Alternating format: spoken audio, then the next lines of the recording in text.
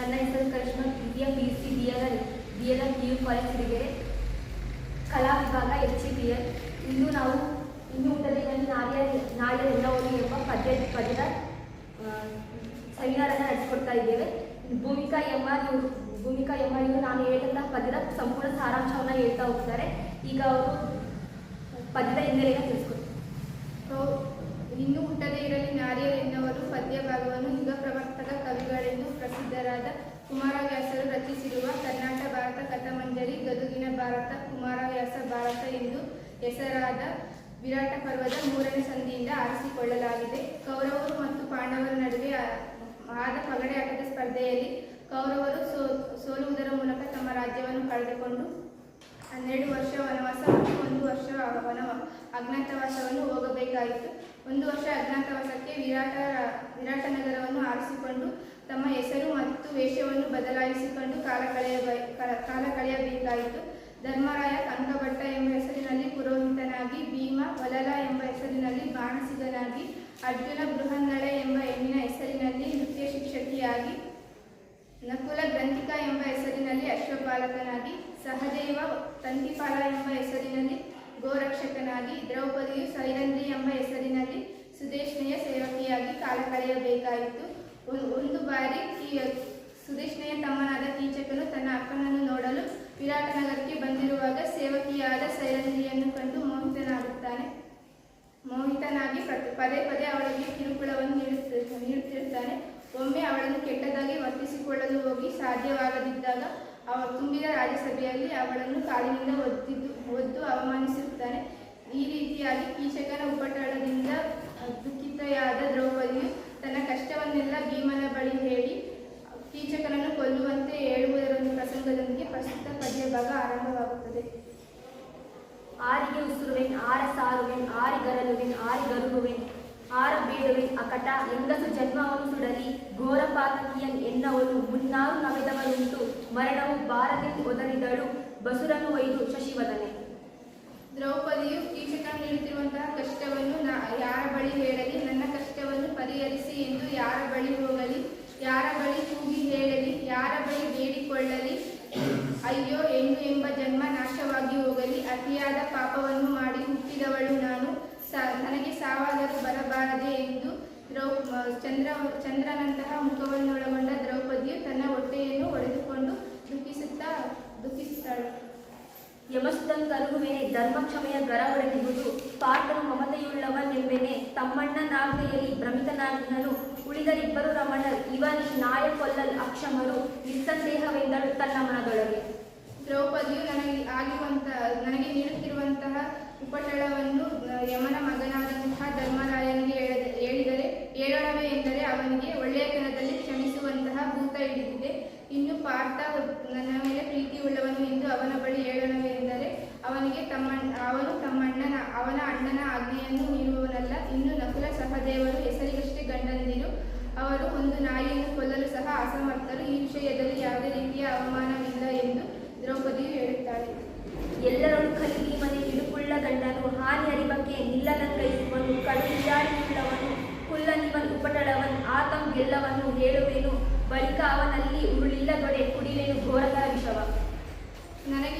ಪಾಂಡವರಾದಂತಹ 5 ಜನ ಗಂಡಂದಿರಲ್ಲಿ ವೀರನಾದಂತಹ ಶೂರನಾದಂತಹ ಭೀಮನೇ ನನ್ನ ಕಷ್ಟಗಳಿಗೆ ಸ್ಪಂದಿಸುವವನು. ಹೆಣ್ಣಿನ ಮಾನ ಹಾನಿಯಂತಹ ವಿಷಯದ ಸಂದರ್ಭದಲ್ಲಿ ಸುಮ್ಮನಿರದೆ ಸ್ಪಂದಿಸುವವನು. ಆದ್ದರಿಂದ ಅವನ ಬಳಿ ನನ್ನ ಕಷ್ಟವನ್ನೆಲ್ಲ ಹೇಳಿಕೊಂಡರೆ ಅವನು ನನ್ನ ಕಷ್ಟಗಳಿಗೆ ಸ್ಪಂದಿಸುವವನು. ಒಂದು ವೇಳೆ ಅವನು ಸ್ಪಂದಿಸದಿದ್ದರೆ ಘೋರಕರವಾದ ವಿಷವನ್ನು ಕುಡಿದು ಸಾಯುತ್ತೇನೆ ಎಂದು ದ್ರೌಪದಿಯು ದುಃಖಿಸಿದಳು. ಎಬ್ಬಿಸಲು ಬುದಿಲೆಂಬನು, ಮೇಲ್ ಒಬ್ಬಳೆನ್ನಕ್ಕೆ ಬಂದೆ, ಮೋರೆಯ ಮೊಬ್ಬಿದ ಏಕೆಂದ ಎನ್ನ ಸಂತೈಸುವನು, ಸಾಮದಲ್ಲಿ ತುಬ್ಬುವುದೋ ತಾ ಬಂದ ಬರವಿದು, ನಿಬ್ಬರವಲ್ ಆ ಜಲದ ಮಡಕಿ, ಇನ್ನೆಬ್ಬಿಸಿಯೇ ನೋಡುವೆ ನೆನುತ್ತಾ ಸಾರಿದಳು ವಲ್ಲಭನ. ದ್ರೌಪದಿಯು ತನ್ನ ಮನಸ್ಸಿನಲ್ಲಿ, ಈಗ ನಾನು ಹೋಗಿ ಭೀಮನನ್ನು ಎಬ್ಬಿಸಿದಾಗ ಅವನು ಗಾಬರಿಯಿಂದ ಎಚ್ಚರವಾಗುವನು, ಅಥವಾ ಒಬ್ಬಳೇಕೆ ಬಂದೆ ಎಂದು ಕೇಳುವನು, ಮುಖವು ಏಕೆ ಬಾಡಿ ಹೋಗಿದೆ ಎಂದು ಕೇಳುವನು, ಅಥವಾ ನಾನು ಹೇಳುವ ಮಾತುಗಳನ್ನು ಸಮಾಧಾನವಾಗಿ ಕೇಳುವನು ಎಂದು ದ್ರೌಪದಿಯು ಯೋಚಿಸುತ್ತಾ, ನಾನು ಬಂದಿರುವಂತಹ ಸಮಯವು ಬೇರೆ ಸಾಮಾನ್ಯ ಮಾನವರ ದೃಷ್ಟಿಯಲ್ಲಿ ಅಕಾಲಿಕ ಸಮಯವಾಗಿದೆ. ಏನೇ ಆದರೂ ನಾನು ಭೀಮನನ್ನು ಎಬ್ಬಿಸಿಯೇ ನೋಡುತ್ತೇನೆ ಎಂದು ದ್ರೌಪದಿಯು ಭೀಮನನ್ನು ಎಬ್ಬಿಸಲು ಹೋದಳು. ಮೆಲ್ಲ ಮೆಲ್ಲನೆ ಮುಸುಕ ಸಡಿಲಿಸಿ ಗಲ್ಲವನ್ನು ಹಿಡಿದಲು ಅಪ್ರತಿಮಲ್ಲನೆದ್ದನು. ನೋಡಿದನು ಪಾಂಚಾಲ ನಂದನೆಯ ವಲ್ಲಭೆಯೇ ಬರವೇನು ಮುಖದಲ್ಲಿ, ತಲ್ಲಣವೇ ಕಳೆದೋರುತ್ತಿದೆ ತಳುವಿಲ್ಲ ಉದುರಿ ಇರುಳೇಕೆ ಬಂದೆ ಲಂದಾಗಿ ಹೇಳೆಂದ ಭೀಮ. ದ್ರೌಪದಿಯು ಭೀಮನ ಬಳಿ ಹೋಗಿ ಭೀಮನು ತನ್ನ ಮುಖದ ತುಂಬ ಮುಚ್ಚಿಕೊಂಡಿರುವಂತಹ ಬಟ್ಟೆಯನ್ನು ಪಕ್ಕಕ್ಕೆ ಸರಿಸಿ ಪ್ರೀತಿಯಿಂದ ಅವನ ಗಲ್ಲವನ್ನು ಅಲ್ಲಾಡಿಸಿದಳು. ಆಗ ಅಸಾಮಾನ್ಯ ಶೂರನಾದಂತಹ ಭೀಮನು ಎಚ್ಚರಗೊಂಡು ಪಾಂಚಾಲ ರಾಜನ ಮಗಳಾದಂತಹ ದ್ರೌಪದಿಯನ್ನು ಕಂಡು, ದ್ರೌಪದಿ ಮುಖದಲ್ಲಿ ಏಕೆ ಭಯವಿದೆ, ತಲ್ಲಣವಿದೆ, ಈ ರಾತ್ರಿಯ ಹೊತ್ತಿನಲ್ಲಿ ಏಕೆ ಬಂದಿದ್ದೀಯ, ತಡ ಮಾಡದೆ ಹೇಳು ಎಂದು ಬಳ್ಳಿಯಂತಹ ದೇಹವನ್ನೊಳಗೊಂಡ ದ್ರೌಪದಿಯ ಬಳಿ ಕೇಳಿದನು. ನಿನ್ನೆ ಹಗಲರೆ ಎತ್ತಿ ಕೀಚಕ ಕುಂದಿಯೊದೆದನು ರಾಜಸಭೆಯಲ್ಲಿ. ನಿನ್ನ ವಂದಿಗಳಿರಲು ಪರಿಭವ ಉಚಿತವೇ, ತನಗೆ ಎನ್ನನವ ಬೆಂಬಳಿಯ ಬಿಡ, ನಾನಿನ್ನು ಬದುಕುವಳಲ್ಲ ಪಾತಕ ನಿನ್ನ ತಾಗದೆ ಮಾನದೆನ್ ಅಲಾ ಭೀಮ ಕತಿಗೊಂಡ. ದ್ರೌಪದಿಯ ಬಳಿ ಭೀಮನು ಏನಾಯಿತು ಎಂದು ಕೇಳಿದಂತಹ ಸಂದರ್ಭದಲ್ಲಿ ದ್ರೌಪದಿಯು, ನಿನ್ನೆ ದಿವಸ ಹಗಲಿನಲ್ಲಿ ನಾಯಿಯಾದಂತಹ ಕೀಚಕನು ತುಂಬಿದ ರಾಜಸಭೆಯಲ್ಲಿ ನನ್ನನ್ನು ಕಾಲಿನಿಂದ ಒದೆದು ಅವಮಾನಿಸಿದ್ದಾನೆ. ನಿನ್ನಂತಹ ಶೂರನಾದಂತಹ ಜೊತೆಗಾರನನ್ನು ಹೊಂದಿರುವ ನನಗೆ ಈ ರೀತಿಯ ಅವಮಾನವಾಗುವುದು ಸರಿಯಲ್ಲ. ನಾಳೆಯೂ ಸಹ ಅವನು ನನ್ನನ್ನು ಬೆನ್ನತ್ತದೆ ಬಿಡುವುದಿಲ್ಲ. ಆದ್ದರಿಂದ ನಾನಿನ್ನು ಉಳಿಯುವಳಲ್ಲ. ಈ ನನ್ನ ಸಾವಿನಿಂದಾದಂತಹ ಪಾಪವು ನಿನ್ನನ್ನು ಆವರಿಸಿಕೊಳ್ಳದೆ ಬಿಡುವುದಿಲ್ಲ ಎಂದು ಹೇಳಿದಾಗ ಭೀಮನು ಕೋಪಗೊಂಡದ್ದನ್ನು ದ್ರೌಪದಿಯು ಗಮನಿಸಿದಳು. ರಮಣ ಕೇಳು, ಉಳಿದವರು ತನ್ನನ್ನು ರಮಿಸುವರು, ಮಾನಾರ್ಥವೇನೆ ನಿರ್ಗಮಿಸುವರು. ನೀನಲ್ಲದ ಉಳಿದವರು ಉಚಿತ ಬಾಹಿರರು, ಮಮತೆಯಲ್ಲಿ ನೀ ನೋಡು ಚಿತ್ತದ ಸಮತೆಯನ್ನು, ಬೀಳ್ಕೊಡು ಕುಠಾರನ ಯಮನ ಕಾಣಿಸಿ ಕುಣಿಸೆಂದಳು ಕಾಂತೆ ಕೈ ಮುಗಿದು. ಭೀಮನು ಕೋಪಗೊಂಡದ್ದನ್ನು ದ್ರೌಪದಿ ಗಮನಿಸಿ, ಭೀಮ ಕೇಳು, ಉಳಿದವರು ನನ್ನನ್ನು ಪ್ರೀತಿಸುತ್ತಾರೆ, ಆದರೆ ಮಾನದ ವಿಚಾರಕ್ಕೆ ಬಂದರೆ ಹಾಗೆ ಹೊರಟು ಹೋಗುವರು. ನೀನಲ್ಲದೆ ಈ ವಿಷಯಕ್ಕೆ ಬೇರೆ ಯಾರು ಸರಿಯಾದವರಲ್ಲ ಎಂದು ದ್ರೌಪದಿಯು ಹೇಳಿದಳು. ಕಲಹ ಕಾದುವೆ ನಾವು ರಮಿಸುವರು, ಉಳಿದವರು ಬಳಿಕೇನು ಗಾದೆಯ ಬಳಕೆ, ಕೆಲವರು ಗಳಿಸಿದೊಡೆ ಕೆಲರುಂಟು ಜಾರುವರು, ಅಳುಗಿ ನಡೆಯುವವರಲ್ಲ ನಿನ್ನಯ ಅಳಿವು, ಅರಿಭವ ಹೇಳಿ ಚಿತ್ತವ ತಿಳುಗಿ ಹೋಗುವುದು ನಾವು ಬೀದರು ಧರ್ಮಜನ ಹೊರೆಗೆ. ದ್ರೌಪದಿಯನ್ನು ಸಮಾಧಾನಪಡಿಸಲು, ಯುದ್ಧವನ್ನಾದರೆ ನಾವೆಲ್ಲರೂ ಪ್ರೀತಿಸುವವರೇ, ಆದರೆ ಹಾಸಿಗೆಯಿಂದ ಪಡೆಯಬಹುದಾದಂತಹ ಹೆಣ್ಣಿನಿಂದ ಪಡೆಯಬಹುದಾದಂತಹ ಸುಖವನ್ನು ಕೆಲವರು ಮಾತ್ರ ಪಡೆಯುತ್ತಾರೆ. ಆ ಕೆಲವರಲ್ಲಿ ಕೆಲವರು ಮಾತ್ರ ಹೆಣ್ಣಿನ ಕಷ್ಟಕ್ಕೆ ಸ್ಪಂದಿಸುತ್ತಾರೆ, ಇನ್ನು ಕೆಲವರು ಹೆಣ್ಣಿನ ಕಷ್ಟಕ್ಕೆ ಸ್ಪಂದಿಸದೆ ಹಾಗೆ ಹೊರಟು ಹೋಗುತ್ತಾರೆ ಎಂದು ದ್ರೌಪದಿಗೆ ಪರೋಕ್ಷವಾಗಿ ಸಹಾಯ ಮಾಡಲು ನಿರಾಕರಿಸಿದರು. ಯುದ್ಧವನ್ನಾದರೆ ನಾವೆಲ್ಲರೂ ಪ್ರೀತಿಸುವವರೇ, ಆದರೆ ಹಾಸಿಗೆಯಿಂದ ಪಡೆಯಬಹುದಾದಂತಹ ಹೆಣ್ಣಿನಿಂದ ಪಡೆಯಬಹುದಾದಂತಹ ಸುಖವನ್ನು ಕೆಲವರು ಮಾತ್ರ ಪಡೆಯುತ್ತಾರೆ. ಆ ಕೆಲವರಲ್ಲಿ ಕೆಲವರು ಮಾತ್ರ ಹೆಣ್ಣಿನ ಕಷ್ಟಕ್ಕೆ ಸ್ಪಂದಿಸುತ್ತಾರೆ, ಇನ್ನು ಕೆಲವರು ಹೆಣ್ಣಿನ ಕಷ್ಟಗಳಿಗೆ ಸ್ಪಂದಿಸದೆ ಹಾಗೆ ಹೊರಟು ಹೋಗುತ್ತಾರೆ. ಇನ್ನು ಈ ಕೆಟ್ಟ ಮಾತುಗಳು ನಾನು ಮಾಡಬೇಕಾದಂತಹ ಕರ್ತವ್ಯಗಳನ್ನು ನೆನಪಿಸಿದ್ದಾವೆ. ಆದರೆ ಪಕ್ಕದಲ್ಲಿರುವಂತಹ ಧರ್ಮರಾಯನಿಗೆ ನಾವು ಭಯಭೀತರಾಗಿದ್ದೇವೆ, ಅವರು ನಮ್ಮ ಬಗ್ಗೆ ತಪ್ಪು ತಿಳಿಯಬಹುದೆಂದು ಭಯಭೀತರಾಗಿದ್ದೇವೆ ಎಂದು ದ್ರೌಪದಿಗೆ ಪರೋಕ್ಷವಾಗಿ ಸಹಾಯ ಮಾಡಲು ಆಗುವುದಿಲ್ಲ ಎಂದು ಭೀಮನು ಹೇಳುತ್ತಾನೆ.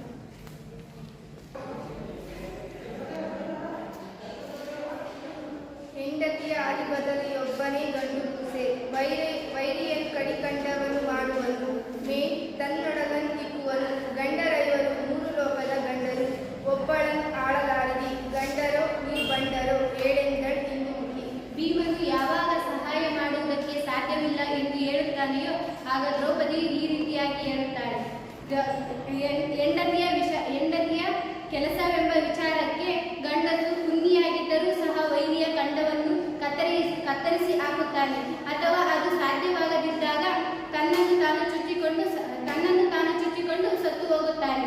ಆದರೆ ನನಗಿರುವವರು 5 ಜನ ಗಂಡಂದಿರು, ಅವರು ಈ 3 ಲೋಕದಲ್ಲಿಯೇ ಪ್ರಸಿದ್ಧಿಯಾದವರು.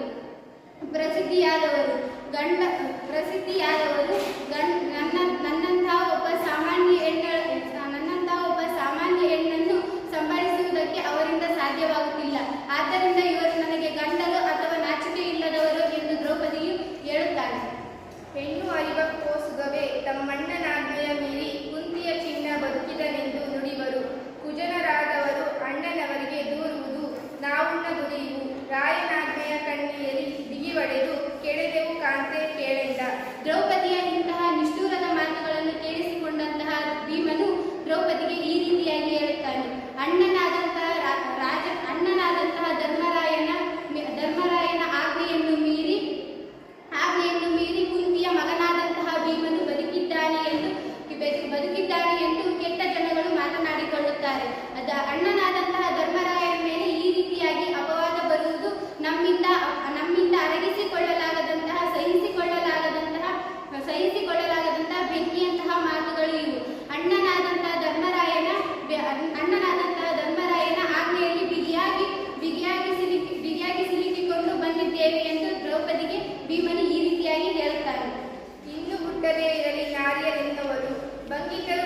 ಎಂದೋಳ್ ಇನ್ನು ಜನಿಸಲು ಬೇಡ ಗಂಡರು ಭೀಮಸನ್ನಿವರು ಎನ್ನುವರು ಪಾಂಡವರೊಳು ಸಂಪನ್ನ ದುಃಖಿಗಳ್ ಆರು ನವೆದರು ಮುಂದಿನವರೋಳ್ ಎಂದು ದ್ರೌಪದಿ ಹಿಡಿದು ಅಲುಪಿದಳು. ಸಮಾಜದಲ್ಲಿ ಹೆಣ್ಣು ಕಷ್ಟಗಳಿಗೆ, ಸಮಸ್ಯೆಗಳಿಗೆ, ತೊಂದರೆಗಳಿಗೆ ಪುರುಷರಿಂದ ಯಾವುದೇ ರೀತಿಯ ಸಹಾಯ ದೊರಕದೇ ಇದ್ದಾಗ ದ್ರೌಪದಿ ಈ ರೀತಿಯಾಗಿ ಹೇಳುತ್ತಾಳೆ, ಇನ್ನು ಹೆಣ್ಣು ಅಂತ ಜೀವ ಹುಟ್ಟದೇ ಇರಲಿ, ಅದರಲ್ಲೂ ನನ್ನ ರೀತಿಯಲ್ಲಿ ಅವಮಾನಕ್ಕೆ ಒಳಗಾದ ಹೆಣ್ಣು ಇನ್ನು ಭೂಮಿಯ ಮೇಲೆ ಹುಟ್ಟುವುದು ಬೇಡ. ಗಂಡರು ಭೀಮನಂತಹ ಶಕ್ತಿಶಾಲಿಗಳು, ಆದರೆ ಅವರು ನನ್ನಂತಹ ಒಬ್ಬ ಸಾಮಾನ್ಯ ಹೆಣ್ಣನ್ನು ಕಾಪಾಡಲಾಗದಂತಹ ಮನಸ್ಥಿತಿಯವರು. ಇಂತಹ ಬಲವನ್ನು ಹೊಂದಿ ಯಾವುದೇ ಪ್ರಯೋಜನವಿಲ್ಲ. ನನ್ನ ರೀತಿಯಲ್ಲಿ ಹಾಗೂ ಪಾಂಡವರ ರೀತಿಯಲ್ಲಿ ಅತಿಯಾಗಿ ದುಃಖಿಸಿದವರು ಮತ್ತು ನಮಗಿಂತ ಮುಂಚಿನವರಲ್ಲಿ ಕಷ್ಟಪಟ್ಟವರು ಯಾರೂ ಇಲ್ಲ ಎಂದು ದ್ರೌಪದಿ ಅತಿಯಾಗಿ ದುಃಖಿಸುತ್ತಾಳೆ. ಮಂದೆಗೆಡಿಸಿದ ಪಾಪಿ ಕೌರವನ್ ಅಂದು ಮುಂದೆಲೆ ಬಿಡಿದು ಸೈನ್ಯವ ಬಂದು ಬಳಿಕ ಅರಣ್ಯವಾಸದೊಳ್ ಎಂದನ್ ಎಳೆದೊಯ್ದ. ಇನ್ನು ಕೀಚಕ ನಾಯಕಾದಲಿ ನೊಂದೆನ ಈ 3 ಬಾರಿಯೇ ಬಂದ ಭಂಗವೇ ಸಾಕೆನ್ನುತ್ತ ಬಸವಳಿದಳ್ ಇಂದು ಮುಗಿ. ದುಃಖಿಸುತ್ತಾ ದ್ರೌಪದಿಯು ತಾನು ಒಳಗಾದ 3 ಪ್ರಸಂಗಗಳನ್ನು ಭೀಮನಿಗೆ ನೆನಪಿಸುತ್ತಾಳೆ. ಪಾಪಿಯಾದಂತಹ ದುರ್ಯೋಧನನು ದುಶ್ಯಾಸನನ ಮೂಲಕ ತನ್ನ ಮುಂದಲೆಯನ್ನು ಇಡಿಸಿ ತುಂಬಿದ ರಾಜ್ಯಸಭೆಗೆ ತರಿಸಿ ನನ್ನನ್ನು ವಸ್ತ್ರಾಪಹರಣವನ್ನು ಮಾಡಿಸಿದನು. ದುರ್ಯೋಧನನ ತಂಗಿಯ ಗಂಡನಾದ ಸೈಂಧವನು ಅರಣ್ಯವಾಸದಲ್ಲಿರುವಾಗ ನನ್ನನ್ನು ಅಪಹರಿಸಿಕೊಂಡು ಹೋದನು. ಇಂದಿನ ದಿವಸ ನಾನು ನಾಯಿಯಾದಂತಹ ಕೀಚಕನ ಕಾಲಿನಿಂದ ಒದೆಸಿಕೊಂಡು ನೊಂದಿದ್ದೇನೆ ಎಂದು ಹೇಳಿ ಈ ರೀತಿಯಾಗಿ ಹೇಳುತ್ತಾಳೆ. ಈ ಮೂರು ಬಾರಿಯೇ ನಾನು ಅನುಭವಿಸಿದ ಅವಮಾನಗಳೇ ಸಾಕು ಎಂದು ದ್ರೌಪದಿಯು ಆಯಾಸಗೊಂಡಳು. ಕಾಲಯಮ ಕೆರಳಿದೊಡೆ ಮುರಿವೆಚ್ಚಾಡುತನದವರ್ ಎನ್ನನ್ ಒಬ್ಬಳನ್ ಆಳಲಾರಿರಿ ಪಾಪಿಗಳಿರ ಅಪಕೀರ್ತಿಗಳು ಇರಲ ತೋಳ ಹೊರೆ ನಿಮಗೇಕೆ ಭೂಮಿಪಾಲ ವಂಶಗಳು ಉಳಿಸಲೇತಕ್ಕೆ ಕೂಳು ಕೇಳಿಗೊಂಡಲ ಓರುವಿರಿ ಎಂದಳು ಮುಖಿ. ಮುಂದುವರೆದು ದ್ರೌಪದಿಯು ಕೋಪದಿಂದ ಈ ರೀತಿಯಾಗಿ ಹೇಳುತ್ತಾಳೆ, ಸಾವಿನ ಯಮನೇ ಬಂದು ನಿಮ್ಮ ಮುಂದೆ ನಿಂತರೂ ಅವನನ್ನು ನಾಶ ಮಾಡುವಂತಹ ಬಿಲ್ಲಿನ ಜಾಣ್ಮೆ ಉಳ್ಳವರು ನೀವು. ಆದರೆ ನನ್ನಂತಹ ಒಬ್ಬ ಸಾಮಾನ್ಯ ಹೆಣ್ಣನ್ನು ಕಾಪಾಡಲು ನಿಮ್ಮಿಂದ ಆಗುತ್ತಿಲ್ಲ. ಪಾಪಿಗಳಾದಂತಹ ಪಾಂಡವರೇ, ನಿಮ್ಮ ಅಪಕೀರ್ತಿಗಳು ಕೂಗುತ್ತಾ ಇದ್ದಾವೆ. ಪಾಪಿಗಳಾದಂತಹ ಪಾಂಡವರೇ, ನನ್ನಂತಹ ಒಬ್ಬ ಹೆಣ್ಣು ಮಗಳನ್ನು ಕಾಪಾಡಲು ಸಾಧ್ಯವಿಲ್ಲ ಎಂದಾಗ ನಿಮಗೇಕೆ ಬೇಕು ತೋಳ್ಬಲ? ಭೂಮಿಯನ್ನು ಆಳುತ್ತಿರುವ ರಾಜಸಂತತಿಯಲ್ಲಿ ಹುಟ್ಟಿರುವವರು ನೀವು. ಆದ್ದರಿಂದ ನಿಮಗೇಕೆ ಬೇಕು ರಾಜವಂಶ ಎಂದು ಕೋಪದಿಂದ ಅನ್ನ ತಿನ್ನುವುದಕ್ಕಾಗಿ ನೀವು ಬದುಕಿದ್ದೀರಾ ಎಂದು ದ್ರೌಪದಿಯು ಹೇಳುತ್ತಾಳೆ. ಎನಲು ಕಂಬನಿ ದುಂಬಿದನು ಕಡೆದೆನದು ಅಂತಃಕರಣ ರೋಷದ ಘನತೆ ಹೆಚ್ಚಿತು. ಅಗೆಗಳನ್ನು ಹಿಂಡಿದನು ಮನದೊಳಗೆ ತನು ಪುಳಕ ಉಬ್ಬರಿಸಿ ಮೆಲ್ಲನೆ ವನಿತೆಯನ್ನು ತೆಗೆದೆಬ್ಬಿದನು. ಕಂಬನಿಯೊಡೆದನು ಸೆರಗಿನಲ್ಲಿ ಕಲಿಭೀಮ ಮಾನಿನಿಯ. ಈ ರೀತಿಯಾಗಿ ದುಃಖಿಸುತ್ತಿರುವ ದ್ರೌಪದಿಯನ್ನು ಕಂಡು ಭೀಮನು ಕಣ್ಣೀರನ್ನು ತುಂಬಿಕೊಂಡು ಮನಸ್ಸನ್ನು ನೋಯಿಸಿಕೊಂಡು ಅತಿಯಾದ ಕೋಪದಿಂದ ಆವೇಶದಿಂದ ಕೀಚಕನನ್ನು ತನ್ನ ಮನದಲ್ಲಿಯೇ ಕೊಲ್ಲುತ್ತಾನೆ. ದೇಹದ ರೋಮಾಂಚನದಿಂದ ದ್ರೌಪದಿಯನ್ನು ನಿಧಾನವಾಗಿ ಪ್ರೀತಿಯಿಂದ ಅಪ್ಪಿಕೊಳ್ಳುತ್ತಾ ಹಾಗೆಯೇ ತಾನು ಒದ್ದಿರುವ ಒಲ್ಲೆಯ ಸೆರಗಿನ ಮೂಲಕ ಅವಳ ಕಣ್ಣೀರನ್ನು ಒರೆಸಲು ಮುಂದಾಗುತ್ತಾನೆ. ಕುರುಡ ನೇವರಿಸಿದನು ಗಲ್ಲವನ್ನೊರೆಸಿ ಮುಂಡಾಡಿದನು ಮಂಚದ ಹೊರೆಯ ದಿಂಡಿಯ ನೀರಿನಲ್ಲಿ ತೊಳೆದನು ಮುಖಾಂಬುಜವ ಅರಸಿ ಬಿಡು ಕಾತಿಯನ್ನು ವಿಸ್ತರಿಸುತ್ತಲೇ ಏಕೆ ನಮ್ಮಣ್ಣನಾಜ್ಞೆಯ ಗೆರೆಯ ದಾಟಿದೆನು ಹೋಗೆದ್ದನ್ ಆ ಭೀಮ. ದ್ರೌಪದಿಯ ಮುಂಗೂದಲುಗಳನ್ನು ನೇವರಿಸಿ ಆಕೆಯ ಒದ್ದೆಯಾದ ಕೆನ್ನೆಯನ್ನು ಒರೆಸಿ ಮಂಚದ ಪಕ್ಕದಲ್ಲಿರುವ ಗಿಂಡಿಯಲ್ಲಿರುವ ನೀರನ್ನು ತೆಗೆದುಕೊಂಡು ದ್ರೌಪದಿಯ ತಾವರೆಯಂತಹ ಮುಖವನ್ನು ತೊಳೆದನು. ಅರಸಿ ಬಿಡು ಇನ್ನು ನಿನ್ನ ಕೋಪವನ್ನು ನಾನು ಇನ್ನು ನಿನ್ನೊಂದಿಗೆ ಸುಮ್ಮನೆ ಮಾತನಾಡುವುದಿಲ್ಲ. ಅಣ್ಣನಾದ ಧರ್ಮರಾಯನ ಆಜ್ಞೆಯನ್ನು ದಾಟಿಕೊಂಡು ನಿನ್ನನ್ನು ರಕ್ಷಿಸುತ್ತೇನೆ ಎಂದು ಹೇಳಿ ಇನ್ನು ನೀನು ಹೋಗು ಎಂದು ದ್ರೌಪದಿಗೆ ಭೀಮನು ಹೇಳುತ್ತಾನೆ. ಬಸುರ ಬಗೆವೆನು ಕೀಚಕ ನಸು ಮಿಸಿಲಿದೊಡೆ ವೈರಾಟ ವಂಶದ ಹೆಸರ ತೊಡೆವೆನು ನಮ್ಮನ್ ಅರಿದೊಡೆ ಕೌರವ ವಜವ ಉಸುರಿದರಿವೆನು ಭೀಮ ಕಷ್ಟವನ್ ಎಸಗಿದನು ಆ ಎಂದರ್ ಆದೊಡೆ ಮುಸುಡನ್ ಅಮರಾತ್ರಿಯಲಿತ್ತೇವೆನು ದೇವಸಂತತಿಯ. ನಂತರದ ಈ ಪದ್ಯದಲ್ಲಿ ನಾವು ಕೀಚಕನ ನಾಶವಾದ ಸಂದರ್ಭವನ್ನು ನೋಡುತ್ತೇವೆ. ಕೀಚಕನ ಹೊಟ್ಟೆಯನ್ನು ಬಗೆಯುತ್ತೇನೆ. ಕೀಚಕನನ್ನು ಕೊಲ್ಲುವ ಸಂದರ್ಭದಲ್ಲಿ ಯಾರಾದರೂ ಎದುರಾದರೆ ವಿರಾಟ ವಂಶದ ಹೆಸರ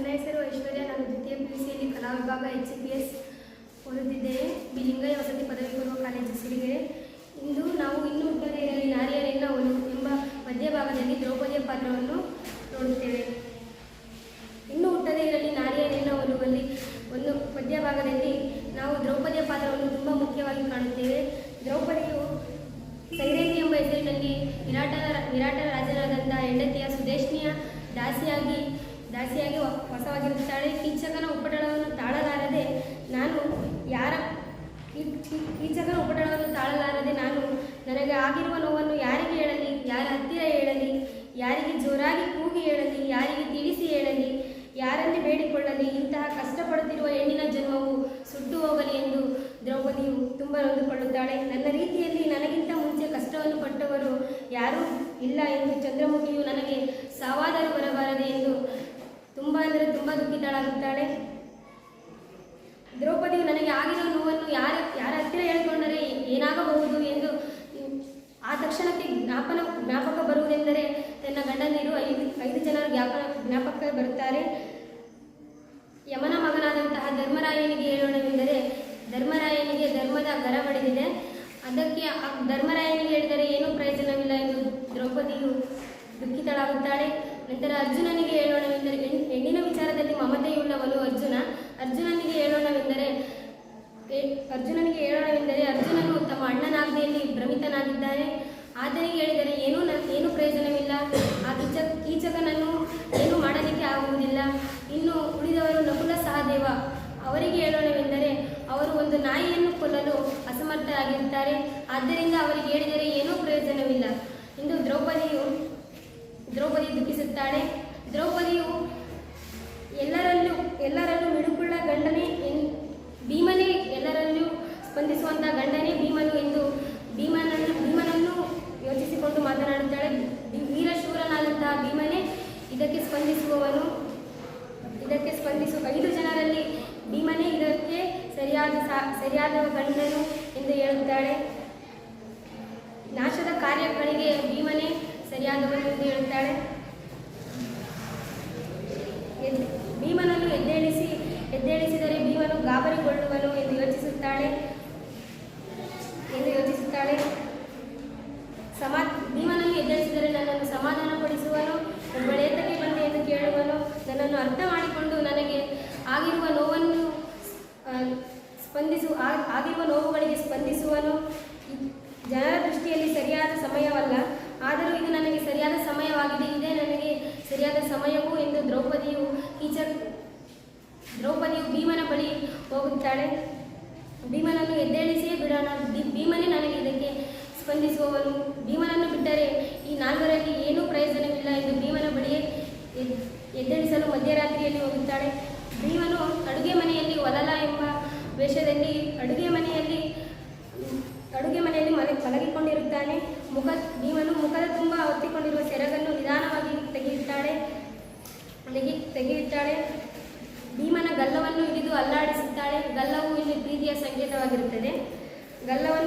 ಗಲ್ಲವನ್ನು ಅಲ್ಲಾಡಿಸಿ ಎಚ್ಚರಿಕೆ ಮಾಡುತ್ತಾಳೆ. ಭೀಮನು ನೋಡ್ಬಿಟ್ಟು ದ್ರೌಪದಿಯು ನೀನು ಬರುವುದಕ್ಕೆ ಕಾರಣವೇನು ಹೇಳು, ನಿನ್ನ ಮುಖದಲ್ಲಿ ತಲ್ಲಣ ಕಾಣಿಸುತ್ತಿದೆ, ತಡಮಾಡದೆ ಹೇಳು, ರಾತ್ರಿಯ ಸಮಯದಲ್ಲಿ ಏಕೆ ಬಂದಿರುವೆ ಎಂದು ಕೇಳುತ್ತಾಳೆ. ದ್ರೌಪದಿಯು ತಡಮಾಡದೆ ಹೇಳುತ್ತಾಳೆ, ನಿನ್ನೆಯ ದಿವಸದಲ್ಲಿ ಆ ನಾಯಿಯಾದಂತಹ ಕೀಚಕನು ನನ್ನನ್ನು ವಿರಾಟರಾಜನ ಓಲಗದಲ್ಲಿ ನನ್ನನ್ನು ತುಂಬಿದ ರಾಜ್ಯಸಭೆಯಲ್ಲಿ ಕಾಲಿನಿಂದ ಹೊಡೆದು ಅವಮಾನಿಸುತ್ತಾನೆ.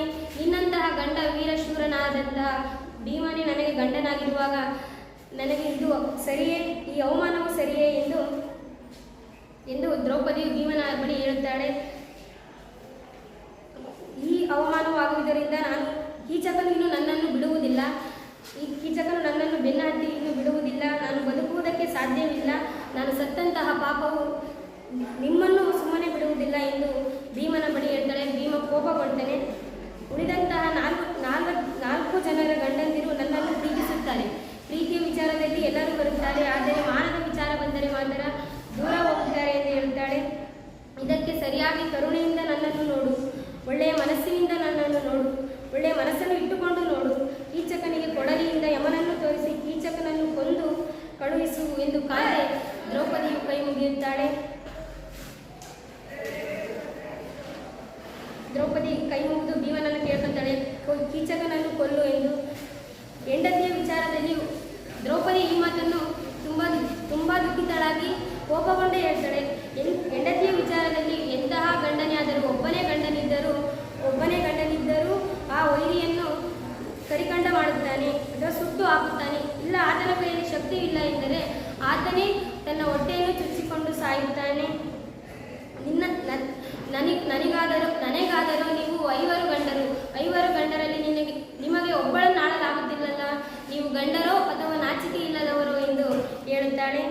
ದ್ರೌಪದಿಯು ತುಂಬ ದುಃಖಿತಳಾಗುತ್ತಾಳೆ. ದ್ರೌಪದಿಯು ಹೆಣ್ಣಿನ ವಿಚಾರದಲ್ಲಿ ಹೀಗೆ ಮಾತನಾಡುತ್ತಾಳೆ. ಇನ್ನು ಹೆಣ್ಣುಗಳು ಹುಟ್ಟದೇ ಇರಲಿ. ಹೆಣ್ಣಿಗೆ ಯಾವ ಕಷ್ಟಕ್ಕೆ, ಯಾವ ನೋವಿಗೆ, ತೊಂದರೆ, ಹಿಂಸೆಗೆ ಒಳಗಾದ ಹೆಣ್ಣು ಯಾವುದೇ ಪುರುಷನ ಸಹಾಯವಿಲ್ಲದೆ ಇದ್ದರೆ ಆ ಹೆಣ್ಣು ಇನ್ನು ಭೂಮಿಯ ಮೇಲೆ ಹುಟ್ಟಬಾರದು. ಹುಟ್ಟಿದರೂ ಏನೂ ಪ್ರಯೋಜನವಿಲ್ಲ. ಹೆಣ್ಣಿಗೆ ಯಾವ ಪುರುಷರ ಸಹಾಯವಿಲ್ಲದಿದ್ದರೆ ಎದಕ್ಕೆ ಹುಟ್ಟಬೇಕು? ಪುರುಷರಲ್ಲಿ ಹೇಳಿಕೊಳ್ಳಬೇಕು, ನನ್ನ ಕಷ್ಟಗಳೆಂದರೆ ಎದಕ್ಕೆ ಹುಟ್ಟಬೇಕು ಎಂದು ಹೇಳಿಕೊಳ್ಳುತ್ತಾಳೆ. ನನ್ನ ರೀತಿಯಲ್ಲಿ ಅವಮಾನಕ್ಕೆ ಒಳಗಾದವರು ಭೂಮಿಯ ಮೇಲೆ ಇನ್ನು ಹುಟ್ಟಬಾರದು. ಅದರಲ್ಲೂ ನನ್ನ ರೀತಿಯಂತೂ ಅವಮಾನಕ್ಕೆ ಒಳಗಾದವರು ಇನ್ನು ಎಂದೂ ಭೂಮಿಯ ಮೇಲೆ ಹುಟ್ಟಬಾರದು. ಗಂಡನಾದಂತಹ ಭೀಮನಾದಂತಹ ಶಕ್ತಿಶಾಲಿಯಾದಂತಹ ಒಂದು ಹೆಣ್ಣನ್ನು ಕಾಪಾಡಲಿಕ್ಕೆ ಆಗದಂತಹ ಮನಸ್ಥಿತಿಯವರು ಇಂತಹ ಗಂಡನನ್ನು ಪಡೆದರೂ ಏನೂ ಪ್ರಯೋಜನವಿಲ್ಲ ಎಂದು ತನ್ನ ಗಂಡಂದಿರನ್ನು ಬೈದುಕೊಳ್ಳಲು ಹೇಳುತ್ತಾಳೆ. ದ್ರೌಪದಿಯು ಭೀಮನನ್ನು ಬೈದುಕೊಳ್ಳುವುದು ಏನು ಕಾರಣವಿರುವುದಿಲ್ಲ. ಆದರೆ ದ್ರೌಪದಿಯು ಭೀಮನಲ್ಲಿ ಸ್ಪಂದಿಸುವ ಭಾವನೆ ಬರಲಿ ಎಂದು ದ್ರೌಪದಿಯು ಈ ರೀತಿಯಾಗಿ ಕೆಟ್ಟದಾಗಿ ಸ್ವಲ್ಪ ಬೈದುಕೊಳ್ಳುತ್ತಾಳೆ. ನನ್ನ ರೀತಿಯಲ್ಲಿ, ಪಾಂಡವರ ರೀತಿಯಲ್ಲಿ ಅತಿಯಾಗಿ ದುಃಖ ಅನುಭವಿಸಿದವರು ಯಾರೂ ಇಲ್ಲ. ನನಗಿಂತ ಮುಂಚೆಯಲ್ಲಿ ಕಷ್ಟಪಟ್ಟವರು ಇಲ್ಲ ಎಂದು ಇಲ್ಲಿ ದ್ರೌಪದಿಯು ದೊಡ್ಡದಾಗಿ ತುಂಬನೇ ದುಃಖಿತರಾಗಿ ವರ್ತಿಸ್ತಾಳೆ. ದ್ರೌಪದಿಗೆ ಆದ ಅವಮಾನವನ್ನು 3 ಪ್ರಸಂಗದಲ್ಲಿ ಈ ರೀತಿಯಾಗಿ ಹೇಳುತ್ತಾಳೆ. ಅವತ್ತು ಪಾಪಿಯಾದಂತಹ ದುರ್ಯೋಧನನ ತಮ್ಮ ದುರ್ಯೋಧನನ ಅಣ್ಣನಾದಂತಹ ದುಶ್ಯಾಸನನ ಮೂಲಕ ತನ್ನ ಮುಂದಲೆಯನ್ನು ಇಡಿಸಿ ತುಂಬಿದ ರಾಜ್ಯಸಭೆಯಲ್ಲಿ ನನ್ನನ್ನು ವಸ್ತ್ರಾಪರಣ ಮಾಡಿದರು. ಇದು ಒಂದನೇ ಅವಮಾನದ ಪ್ರಸಂಗವಾಗಿರುತ್ತದೆ. ಇನ್ನು 2ನೇ ಅವಮಾನದ ಪ್ರಸಂಗ ಏನೆಂದರೆ ದುರ್ಯೋಧನನ ತಂಗಿಯಾದಂತಹ ದುಶ್ಯಾಸನೆಯ ಗಂಡನಾದಂತಹ ಜಯದ್ರಥ ಅಥವಾ ಸೈಂಧವ ಇವನು ನಾನು ವನವಾಸದಲ್ಲಿರುವಾಗ ನನ್ನನ್ನು ಅಪಹರಿಸಿಕೊಂಡು ಹೋಗುತ್ತಾನೆ. ಇದು 2ನೇ ಪ್ರಸಂಗ. 3ನೇ ಪ್ರಸಂಗ ಏನೆಂದರೆ ಇಂದು ಕೀಚಕನು ನನ್ನನ್ನು ತುಂಬಿದ ರಾಜ್ಯಸಭೆಯಲ್ಲಿ ಕಾಲಿನಿಂದ ಹೊಡೆದಿದ್ದಾನೆ. ಈ 3 ಪ್ರಸಂಗಗಳನ್ನು ನೋಡಿ ನೀವು ಸುಮ್ಮನೆ ಇದ್ದೀರಲ್ಲ ಎಂದು ಗಂಡಂದಿರಲ್ಲಿ ಹೇಳಿಕೊಳ್ಳುತ್ತಾಳೆ. ಈ ಮೂರು ಪ್ರಸಂಗವೇ ನನಗೆ ಅವಮಾನವೇ ಸಾಕು, ನನಗೆ ಅನುಭವಿಸಿದಂತಹ ಕಷ್ಟವೇ ಸಾಕು ಎಂದು ದ್ರೌಪದಿಯು ತುಂಬ ದುಃಖಿತಳಾಗಿದ್ದಾಳೆ. ಸಾವಿನ ಯಮನೇ ನಿಮ್ಮ ಮುಂದೆ ಬಂದರೂ ಅವನನ್ನು ನಾಶ ಮಾಡುವಂತಹ ಬಿಲ್ಲಿನ ಜಾಣ್ಮೆ ನಿಮ್ಮಲ್ಲಿ ನೀವು ಹೊಂದಿದ್ದೀರ. ಸಾವಿನ ಯಮನೇ ಬಂದರೂ ನೀವು ಅವನ್ನ ಗೆಲ್ಬೋದು, ಅಂತಹ ಬಿಲ್ಲಿನ ಜಾಣ್ಮೆ ನೀವು ಹೊಂದಿರುವಂತಹ ಪಾಂಡವರು. ಆದರೆ ನೀವು ನನ್ನಂಥ ಒಂದು ಸಾಮಾನ್ಯ ಹೆಣ್ಣನ್ನು ಸಹ ನಿಮ್ಮ ಕೈಯಲ್ಲಿ ಆಳಲಾಗುತ್ತಿಲ್ಲಲ್ಲ, ಸಂಭವಿಸಲಾಗುತ್ತಿಲ್ಲಲ್ಲ ಎಂದು ದ್ರೌಪದಿ ಬೇಜಾರಾಗ್ತಾಳೆ. ಪಾಪಿಗಳಾದಂತಹ ಪಾಂಡವರನ್ನೆಲ್ಲ ಬೇಜಾರಾಗ್ತಾಳೆ. ಮುಂದೆ ನಿಮಗೆ ಒಂದು ಹೆಣ್ಣನ್ನು ಕಾಪಾಡಲಿಕ್ಕೆ ಸಾಧ್ಯವಿಲ್ಲ ಎಂಬ ಪಾಪವು ನಿಮ್ಮನ್ನು ಸುಮ್ಮನೆ ಬಿಡುವುದಿಲ್ಲ. ಅದು ನಿಮಗೆ ತಲುಪುತ್ತೆ. ಆ ಕಷ್ಟವು ನಿಮಗೆ ಆ ಪಾಪವು ನಿಮ್ಮನ್ನು ಸುಮ್ಮನೆ ಬಿಡುವುದಿಲ್ಲ. ಒಂದು ಹೆಣ್ಣನ್ನು ಕಾಪಾಡಲು ಸಾಧ್ಯವಾಗುವುದಿಲ್ಲ ಎಂದರೆ ಏಕೆ ಬೇಕು ನಿಮಗೆ ತೋಳುಬಲ? ರಾಜಮನೆಯಲ್ಲಿ ಹುಟ್ಟಿದ ಮೇಲೆ ಯುದ್ಧ ಮಾಡಲಿಕ್ಕೆ ಆಗಲಿಲ್ಲ ಎಂದರೆ ಯಾಕೆ ಬೇಕು ರಾಜಮನೆಯಲ್ಲಿ ಹುಟ್ಟಬೇಕು ಎಂದು ದ್ರೌಪದಿಯು ಕೋಪಿತಳಾಗುತ್ತಾಳೆ. ಇಲ್ಲಿಗೆ ಹೇಳ್ತಾ ದ್ರೌಪದಿಯ ಮಾತುಗಳು ಇನ್ನೂ ಹುಟ್ಟದೇ ಇರಲಿ ನಾರಿಯರೆನ್ನವಳು ಎಂಬ ಅದರಲ್ಲಿ ದ್ರೌಪದಿಯ ಪಾತ್ರವು ಪ್ರಮುಖವಾಗಿ ಕಂಡುಬರುತ್ತದೆ. ಇಲ್ಲಿಯವರೆಗೂ ದ್ರೌಪದಿಯ ಪಾತ್ರವನ್ನು ನೋಡಿದ್ದೇವೆ. ಧನ್ಯವಾದಗಳು.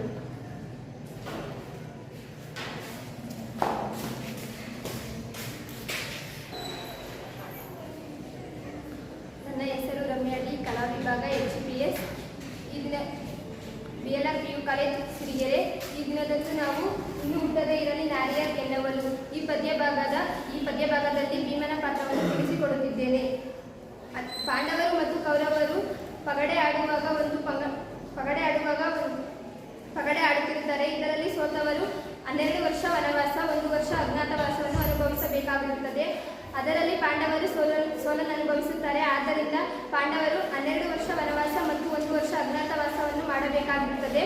ಪಾಂಡವರು 12 ವರ್ಷ ವನವಾಸವನ್ನು ಮುಗಿಸಿ 1 ವರ್ಷ ಅಜ್ಞಾತವಾಸವನ್ನು ಎಲ್ಲಿ ಮಾಡಬೇಕೆಂದು ಯೋಚಿಸಿದಾಗ ಅವರು ದುರ್ಯೋಧನನಿಗೆ ಶತ್ರು ರಾಜ್ಯವಾಗಿರುವಂತಹ ವಿರಾಟ ನಗರಕ್ಕೆ ಹೋಗಿ ನಾವು 1 ವರ್ಷ ಅಜ್ಞಾತವಾಸವನ್ನು ಮುಗಿಸೋಣ ಎಂದು ತೀರ್ಮಾನಿಸಿ ವೇಷವನ್ನು ಬದಲಾಯಿಸಿಕೊಂಡು ವಿರಾಟ ನಗರಕ್ಕೆ ಹೋಗುತ್ತಾರೆ. ದ್ರೌಪದಿಯು ದ್ರೌಪದಿ ವಿರಾಟ ನಗರಕ್ಕೆ ಹೋದಾಗ ದ್ರೌಪದಿಗೆ ಕೀಚಕನು ಹಿಂಸೆಯನ್ನು ಕೊಡುತ್ತಾನೆ. ಆದ್ದರಿಂದ ದ್ರೌಪದಿಯು ತನಗಾಗಿರುವಂತಹ ಈ ಹಿಂಸೆಯನ್ನು ಯಾರ ಬಳಿಗೆ ಹೇಳಿಕೊಳ್ಳಲಿ ಎಂದು ದುಃಖಿಸುತ್ತಾ ಯೋಚಿಸುತ್ತಾಳೆ. ಆಗ ದ್ರೌಪದಿಯು ತನಗಾಗಿರುವ ಕಷ್ಟಗಳನ್ನು ಧರ್ಮರಾಯನಿಗೆ ಹೇಳಿಕೊಂಡರೆ ಏನು ಪ್ರಯೋಜನವಾಗುವುದಿಲ್ಲ. ಆತನು ಧರ್ಮದ ಗುಣದಿಂದ ಕ್ಷಮಿಸುತ್ತಾನೆ. ಅರ್ಜುನನಿಗೆ ಹೇಳಿಕೊಂಡರೆ ಅರ್ಜುನನು ಅಣ್ಣನ ಆಜ್ಞೆಯನ್ನು ಮೀರಲಾಗದೆ ನನಗೆ ಸಹಾಯ ಮಾಡುವುದಿಲ್ಲ. ನಕುಲ ಸಹದೇವರಿಗೆ ಹೇಳಿಕೊಂಡರೆ ಅವರು ನಾಯಿಯನ್ನು ಕೊಲ್ಲುವುದಕ್ಕೆ ಅಸಾಧ್ಯರು ಮತ್ತು ಅವರು ನಾಯಿಯಾದಂತಹ ಕೀಚಕನನ್ನು ಕೊಲ್ಲುವುದಕ್ಕೆ ಅವರಿಂದ ಸಾಧ್ಯವಾಗುವುದಿಲ್ಲ. ಆದ್ದರಿಂದ ನಾನು ನನಗಾಗಿರುವ ಕಷ್ಟಗಳನ್ನು ಭೀಮನ ಬಳಿಗೆ ಹೇಳಿಕೊಳ್ಳುತ್ತೇನೆ ಎಂದು ಯೋಚಿಸಿ ಭೀಮನ ಬಳಿಗೆ ಹೋಗುತ್ತಾಳೆ. ಭೀಮ ಮಲಗಿರುವಾಗ ಭೀಮನನ್ನು ಎಬ್ಬಿಸುತ್ತಾಳೆ. ಆಗ ಭೀಮನು ಎಚ್ಚರವಾಗುತ್ತಾನೆ. ಎಚ್ಚರವಾಗಿ ಭೀಮನು, ದ್ರೌಪದಿ, ಈ ಮಧ್ಯರಾತ್ರಿಯಲ್ಲಿ ಏಕೆ ಬಂದಿರುವೆ? ನಿನ್ನ ಮುಖದಲ್ಲಿ ತಳಮಳವೇ ಕಾಣಿಸುತ್ತಿದೆ. ನಿನ್ನ ಈ ಗಾಬರಿಗೆ ಕಾರಣವೇನು? ನೀನು ತಡ ಮಾಡದೆ ಹೇಳು ಎಂದು ದ್ರೌಪದಿಯನ್ನು ಕೇಳುತ್ತಾನೆ. ಆಗ ದ್ರೌಪದಿಯು ತನಗೆ ಕೀಚಕನು ಕೊಡುವ ಕಷ್ಟಗಳನ್ನೆಲ್ಲವನ್ನು ಹೇಳಿಕೊಳ್ಳುತ್ತಾಳೆ. ಆಗ ಭೀಮನು ತನಗಾಗಿರುವ ಕಷ್ಟಗಳನ್ನೆಲ್ಲ ಹೇಳಿಕೊಂಡ ಬಳಿಕ ಭೀಮನು ದ್ರೌಪದಿ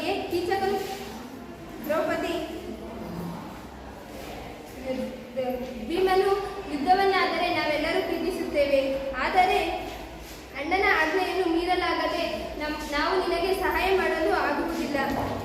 ಹಾಸಿಗೆಯ ಬಳಕೆ ಅಥವಾ ಹೆಣ್ಣಿನಿಂದ ಪಡೆಯುವ ಸುಖವನ್ನು ಎಲ್ಲರೂ ಪಡೆಯುತ್ತಾರೆ, ಆದರೆ ಕೆಲವರು ಹೆಣ್ಣಿನ ಕಷ್ಟಗಳಿಗೆ ಯಾವ ಕಷ್ಟಗಳಿಗೂ ಸ್ಪಂದಿಸುವುದಿಲ್ಲ. ಹೆಣ್ಣಿನ ಕಷ್ಟಗಳಿಗೆ ಸ್ಪಂದಿಸದೆ ಹಾಗೆಯೇ ಜಾರಿಕೊಳ್ಳುತ್ತಾರೆ. ಆದರೆ ನಾವು ಯಾವುದಕ್ಕೂ ಹೆದರುವವರಲ್ಲ. ನಿನ್ನ ಈ ಕೆಟ್ಟ ಮಾತುಗಳು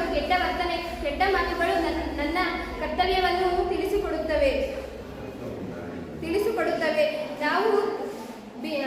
ನಾವು ಧರ್ಮರಾಯನ ಆಜ್ಞೆಯಲ್ಲಿ ಸಿಕ್ಕಿ ಹಾಕಿಕೊಂಡಿದ್ದರಿಂದ ನಿನಗೆ ಸಹಾಯ ಮಾಡಲು ಸಾಧ್ಯವಾಗುತ್ತಿಲ್ಲ ಎಂದು ಭೀಮನು ಹೇಳುತ್ತಾನೆ. ಆಗ ದ್ರೌಪದಿಯು ಹೆಂಡತಿಯ ವಿಚಾರ ಬಂದರೆ ಒಬ್ಬ ಗಂಡ ಅಥವಾ ಅವನ ಕೈಲಿ ಸಾಧ್ಯವಾಗದಿದ್ದರೂ ಕೂಡ ತನ್ನ ಶತ್ರುವನ್ನು ತುಂಡು ತುಂಡಾಗಿ ಕತ್ತರಿಸುತ್ತಾನೆ. ಆದರೆ ನೀವು 3 ಲೋಕದಲ್ಲೂ ಪ್ರಸಿದ್ಧರಾದವರು. 5 ಜನ ಪಾಂಡವರು 3 ಲೋಕದಲ್ಲೂ ಪರಾಕ್ರಮಿಗಳು. ನೀವು ನನಗೆ ಸಹಾಯ ಮಾಡಲು ಆಗುತ್ತಿಲ್ಲ ಎಂದು ಹೇಳುತ್ತಿದ್ದಾರಲ್ಲ, ನೀವು ಗಂಡರೋ ಇಲ್ಲ ಬಂಡರೋ, ನೀವು ನಾಚಿಕೆ ಇಲ್ಲದವರು ಎಂದು ದ್ರೌಪದಿಯು ಹೇಳುತ್ತಾಳೆ. ಆಗ ಭೀಮನಿಗೆ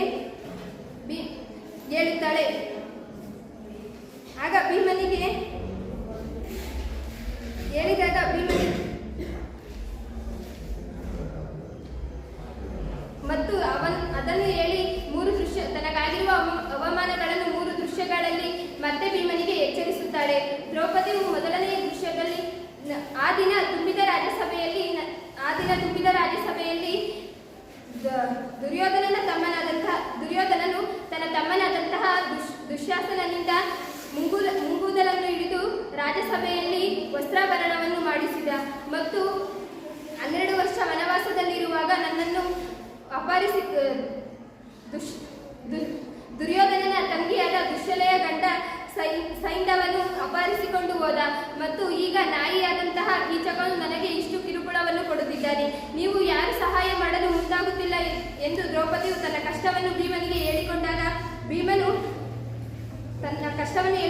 ಭೀಮನು ಕಣ್ಣಿನಲ್ಲಿ ನೀರನ್ನು ತುಂಬಿಕೊಂಡು, ದ್ರೌಪದಿಯೇ, ಸಿಟ್ಟಿನಿಂದ ಕೀಚಕನನ್ನು ತನ್ನ ಮನಸ್ಸಿನಲ್ಲಿಯೇ ಕೊಂದನು ಮತ್ತು ದೇಹವನ್ನು ರೋಮಾಂಚನದಿಂದ ನಿಧಾನವಾಗಿ ದ್ರೌಪದಿಯನ್ನು ಪ್ರೀತಿಸುತ್ತಾ ಅಪ್ಪಿಕೊಂಡನು. ದ್ರೌಪದಿಯ ಕಣ್ಣೀರನ್ನು ಒರೆಸಿದನು.